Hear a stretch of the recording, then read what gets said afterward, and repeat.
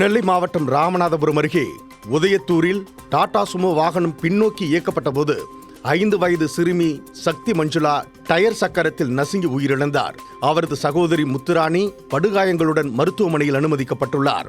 முதற்கட்ட விசாரணையில் 22 வயதான முத்துகிருஷ்ணன் என்பவர் டாடா சுமோ வாகனத்தில் ஏறி வாகனத்தை இயக்கியதாக தெரிகிறது.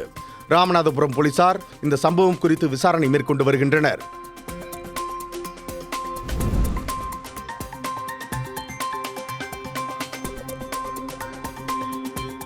கூடங்குளம் அணுமின் நிலையத்தில் உள்ள 2 அணு உலைகளுக்கு வெடிகுண்டு மிரட்டல் விடுக்கப்பட்டுள்ளது. அணு உலைக்கு மின்னஞ்சல் மூலம் வெடிகுண்டு விடுக்கப்பட்டுள்ளதால் வெடிகுண்டு நிபுணர்கள் உதவியுடன் காவல்துறையினர் சோதனையில் ஈடுபட்டு வருகின்றனர். கூடங்குளம் அணுமின் நிலையத்தில் முதலாவது அணு உலை கடந்த 2013ஆம் ஆண்டும் 2வது அணு உலை 2016ஆம் ஆண்டும் செயல்பாட்டுக்கு வந்தது. இந்த 2 அணு உலைகளும் மின்சார உற்பத்தி பயன்பாட்டில் உள்ள நிலையில் தற்போது விடுக்கப்பட்டுள்ள வெடிகுண்டு மிரட்டலால் பரபரப்பு ஏற்பட்டுள்ளது. ஏற்கனவே கடந்த 1.5 மாதங்களுக்கு முன்பு வாட்ஸ்அப் மூலமாக வெடிகுண்டு மிரட்டல் விடுக்கப்பட்ட நிலையில் அது புரளி என தெரிய வந்தது. இதையடுத்து இன்று இமெயில் மூலமாக வந்த வெடிகுண்டு மிரட்டலால் கூடங்குளம் காவல் உதவி ஆய்வாளர் கிருபா நேரில் விசாரணை மேற்கொண்டு வருகிறார்.